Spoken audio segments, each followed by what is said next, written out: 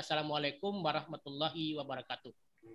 Waalaikumsalam warahmatullahi wabarakatuh. Terima kasih Pak Kepala Bapeda, jelas, ringkas, dan padat saya kira. Ada dua bagian tadi itu, pemaparan Pak Kepala Bapeda, Litbang. Pertama, memaparkan kondisi kini seperti apa kita, potret kita. Lantas kedua, Pak Kepala Bapeda juga mengemukakan keinginan apa yang akan dibuat nih 2021 ini. Nah, sekedar mengingatkan kita semua, mungkin semuanya tidak bisa mencatat. Tadi saya catat poin-poinnya saja, misalnya yang kondisi kita sekarang ini, misalnya penduduk miskin kita, persentasenya kita masih punya 8,91% data Pak Bapeda ini. Kalau kita komparasi ke rata-rata di Provinsi Riau. Riau itu sekarang sudah 6,82. Berarti kan kita masih lebih besar dibandingkan Riau. Satu misalnya. Yang kedua, indeks keparahan kemiskinan kita. Kalau data Pak Bapeda ini 0,32. Di Provinsi Riau, kalau kita lihat data statistik itu sekarang sudah 0,23. Berarti kan kita masih lebih parah tuh. Rata-rata di Provinsi Riau. Gitu. Lantas kita yang menarik juga, ini umur harapan hidup di Kuansing itu ternyata 68,55 cuma. Provinsi sekarang sudah 71,60. Berarti orang Kuansing ini lekas hilang nih dibandingkan dengan orang Riau rata-rata. Nah, itu misalnya. Nah, lantas ada lagi yang kita catat itu misalnya rata-rata lama sekolah di Provinsi Riau itu sekarang sudah 9,14. Kita masih 8,59. Nah, ada lagi misalnya pengeluaran penduduk per kapita. Pengeluaran ini kan memperlihatkan kesejahteraan kita juga. Kalau di provinsi itu sudah rata-rata 11 juta per tahunnya. Kalau kita itu masih 10 juta lebih kurang per tahunnya. Berarti kan daya beli kita memang lebih sedikit juga. Lantas indeks pembangunan manusia misalnya, Riau sudah 72, lantas kita masih 70. Yang menarik tadi, di kita itu ternyata 50,72% PDRB kita itu dari pertanian. Lantas industri ada 27,68%, dikemukakan oleh Pak Kepala Bapeda tadi, ini diduga nih, pengolahan sawit yang bukan punya rakyat kita tuh, biasanya. Nah, sampai kita kepada pendapatan yang disampaikan oleh Pak Kepala Bapeda tadi, kita itu punya cuma setahun itu lebih kurang 1,3 triliun. 92% lebih kurang sudah digunakan untuk belanja operasional. Belanja pegawai dan belanja operasi lainnya. Jadi lebih kurang hanya tinggal 7-8% saja yang bisa kita gunakan untuk belanja modal itu. Nah, pada saat Pak Kepala Bapeda tadi menyampaikan ingin bikin jalan, ingin bikin Islamic Center dan lain sebagainya, nah nyoba tenggang di PT 138 miliar itu dalam 1 tahun ini gitu ya. Nah, ini kira-kira Bapak dan Ibu gambaran sederhananya, potret kita itu kira-kira yang disampaikan tadi itu. Nah, lantas seperti apa kira-kira ke depan strateginya ini supaya keinginan-keinginan itu bisa dicapai? Ada saudara kita yang dari Malaysia, bisa saja berkontribusi meningkatkan PDRB kita. Ada saudara kita yang ada di Jakarta, yang bisa juga melakukan pendekatan secara nasional, proyek nasional bisa dibawa ke Kuantan Singingi. Dan ada juga kita itu yang yang ada di provinsi, mungkin proyek-proyek provinsi. Kira-kira seperti itulah kira-kira Bapak dan Ibu. Nah, di bidang sosial tadi kita juga sudah sampaikan, kami beri kesempatan Bapak dan Ibu sekalian, pertama mungkin komentar, tapi yang sangat penting tentu saja mengeluarkan ide-ide seperti apa Bapeda bisa mendapatkan tambahan uang membuat strategi pembangunan kita di Kabupaten Kuantan Singingi. Kita silakan. Ada Irman Usman. Ya baik, Pak Irman masuk. Ya. Pak Irman pengalamannya di Sumatera Utara, baik di provinsi maupun di kabupaten kan sudah banyak. setelah melihat kondisi kita tadi, bisa jadi ada hal-hal tertentu yang bisa diberi masukan kepada Kepala Bapeda kita. Silakan.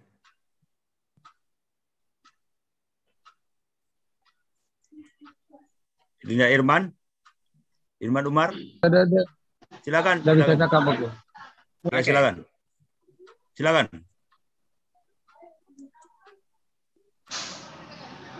Iya, Prof, dengar suara saya, Prof. Dengar. Silakan, dengar dengan bersih. Ya. Jadi minta maaf ini lagi makan di radar, jadi lagi pulang ke Pekanbaru. Oke, baik. Mantap ya, makan terus. Terima kasih kawan-kawan sekalian. Sama kita ketahui bahwa sebentar ya.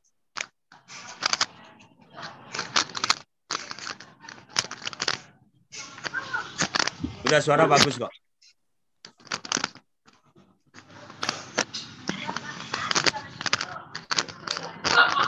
Minta maaf ini cari lokasi yang enak bicara. Jadi sama kita ketahui bahwa RPJMD adalah visi misi calon kepala daerah terpilih yang dituangkan dalam dokumen perencanaan yang nantinya produk hukumnya adalah Peraturan Daerah Kabupaten Kuantan Singingi. Oleh karena itu, pada malam hari ini tentunya di kajian teknokratik tadi sudah disampaikan oleh Saudara Kepala Bapeda. Jadi Prof. Asdi ini kan pernah Kepala Bapeda di Bukit Tinggi nih. Ya, jadi ada perubahan-perubahan, Prof. Jadi kalau saya pernah Kepala Bapeda Medan, Bapeda Deli Serdang, dan Kepala Bapeda di Sumatera Utara. Jadi ada perubahan-perubahan, Prof, dari peraturan daerah, peraturan pemerintah, dan Permendagri tentang tata cara penyusunannya. Kita berharap kepada kawan-kawan tim penyusun yang dalam hal ini dikomandoi oleh Saudara Kepala Bapeda benar-benar menyelami yang pertama adalah visi misi kepala daerah yang sudah dilantik.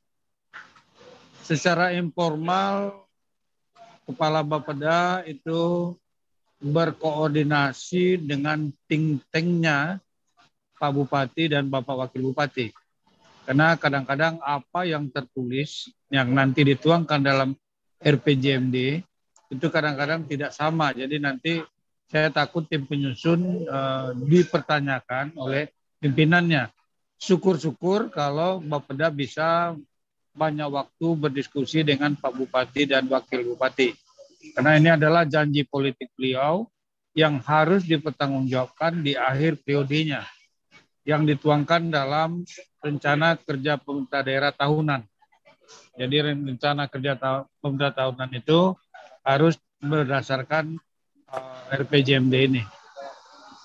Oleh karena banyak hal permasalahan di satu daerah, tim penyusun yang dikomandoi oleh Kepala Bapeda harus menempatkan mana benar-benar skala prioritas.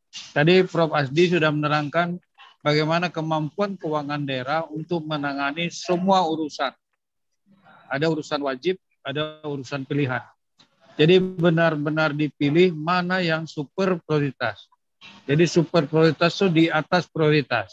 Sehingga jelas nampak apa yang dikerjakan selama 3 tahun 7 bulan ke depan. Ini mungkin di dalam administrasinya RPJMD 5 tahun, tapi dalam implementasinya nanti itu tidak sampai 5 tahun. Oleh karena itu, masukan-masukan dari para cendekiawan, dari berbagai stakeholder itu menjadi perhatian, tapi harus benar-benar disinkronkan dengan kondisi dan kemampuan daerah.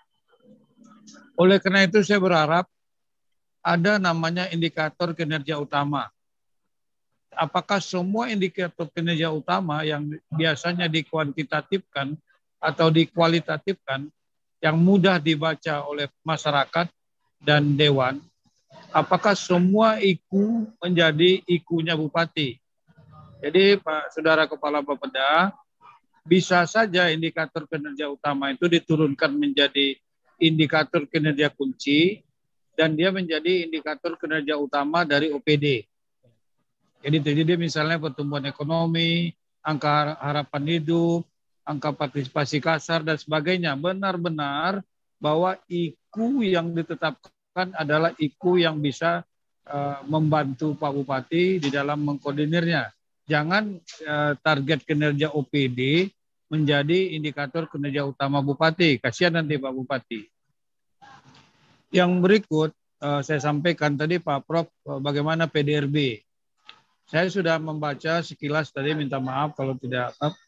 Sektor yang dominan adalah sektor pertanian dan terusnya. Oleh karena itu sektor ini harus dikelola dengan baik sehingga dia menjadi penopang utama kontribusi terhadap PDRB di kabupaten yang sama-sama kita cintai ini. Jadi kawan-kawan sekalian, kita tidak usah mengkritik karena ini adalah forum kita memberikan referensi, memberikan masukan kepada kawan-kawan yang menyusun. Nanti ada forumnya namanya konsultasi publik. Di situ kembali kita bedah bagaimana sebelum menjadi peraturan daerah. Tetap semangat kepada kawan-kawan tim penyusun. Saya sadar itu. Saya 15 tahun di Sumatera Utara bergelut di penyusunan ini. Baik saya bilang tadi sebagai Kepala Bapeda Medan, Kepala Bapeda Deli Serdang, dan Kepala Bapeda di Provinsi Sumatera Utara. Tetap semangat. Masukan-masukan dari para cendekiawan itu menjadi catatan bagi kawan-kawan tim penyusun. Tapi sekali lagi sesuaikan dengan kondisi daerah, sesuaikan dengan visi misi Bupati pada saat mencalonkan diri, dan yang paling penting disesuaikan lagi dengan kebutuhan masyarakat. Jadi yang paling ideal itu biasanya adalah bagaimana kondisi jalan mantap. Jadi kondisi jalan mantap itu harus menjadi prioritas utama karena masyarakat akan melihat bagaimana perubahan struktur daripada kabupaten yang kita cintai ini. Demikian dulu Bang Arman, minta maaf mungkin hal yang pertama terlalu panjang, yang kedua mungkin suasananya berisik ya, karena masih di apa ya, jadi tetap Adinda saya belum kenal, ini saya Kepala Bapeda, saya orang Basrah yang bertugas di Medan. Ya, tetap semangat, kami dari luar. Tadi Bang Arman pagi-pagi sudah mengingatkan saya untuk ikut walaupun sebentar. Prof Asdi dengan segala pengalamannya mari kita berikan kontribusi, karena kalau tidak kita siapa lagi gitu. Kalau kita tidak kita siapa lagi itu membangun pelak kita ini yang kita sadari lah masih banyak hal-hal yang jauh dari harapan masyarakat. Kemudian Pak Kepala Bapeda jangan bersifat sektoral. Jangan hanya katakanlah ada masukan dari pihak-pihak yang dulunya tidak bersama Bupati, visi misinya, jika memang bagus, tidak tabu itu dijadikan referensi untuk penyempurnaan visi misi Bapak Bupati yang nanti dituangkan di dalam RPJMD. Jangan tabu, hal-hal yang baik dari siapapun itu dapat kita dokumentasikan dalam dokumen perencanaan. Sebentar ya, bukakan gambar saya. Ya, biar nampak apanya itu kan, wajahnya. Irman Umar itu satu leting sama Asdi ini. Ya, jadi ini, saya di radar ini ya Bang ya. Ya, selamat jadi makan martabak ya. Iya, jadi saya sama anggota yang dari Medan tim media supaya kenal pula di kuliner di Pekanbaru ini. Jadi sekali lagi kawan-kawan semua, ayo kita kontribusikan pemikiran-pemikiran kita untuk kampung kita yang sama-sama kita cintai ini. Kita juga ingin menjadi tuan rumah bagi daerah kita. Jadi saya tadi membaca sekilas, jika sekali lagi jika diperlukan dan saya diberikan izin dan waktu oleh pimpinan, jika ada nanti FGD, silakan aja diundang. Semua fasilitas tidak akan membebani kawan-kawan. Saya bisa hadir dengan fasilitas sendiri jika sekali lagi jika diperlukan. Semangat kawan-kawan. Pertama, jangan sampai target itu muluk-muluk sehingga nanti susah di dalam mempertanggungjawabkannya. Yang kedua, saya pesan kepada Pak Kepala Bapeda, RPJMD ini nanti kan dituangkan dalam rencana strategis OPD. Ajarkan OPD. Jadi rencana strategis itu adalah turunan rencana strategis, rencana umum dari RPJMD. Ajarkan kepala OPD. Karena kalau rencana RPJMD itu tidak dituangkan di dalam rentra OPD, dia akan tidak turun kepada program dan kegiatan. Sia-sia dia. Sia-sia dia. Ajarkan kepala OPD agar mereka memahami apa beban mereka, kemudian berapa anggaran yang dibutuhkan untuk peningkatan sebuah urusan. Yang berikut izin terakhir, ada urusan-urusan yang bersifat terpadu. Jadi umpamanya tentang pertanian. Pertanian itu kan tidak urusan dinas pertanian saja, tapi bisa saja dia urusan pengairan. Ya, bisa saja urusan lain. Jadi saya berharap satu urusan itu bisa dikerjakan oleh berbagai OPD, dan mudahnya itu buat matrik. Buat matrik apa masalah, apa program, apa alternatif, dan OPD mana yang bertanggung jawab. Lebih mudah dia mengajarkan kepala OPD seperti itu. Ya, harus rajin, harus tetap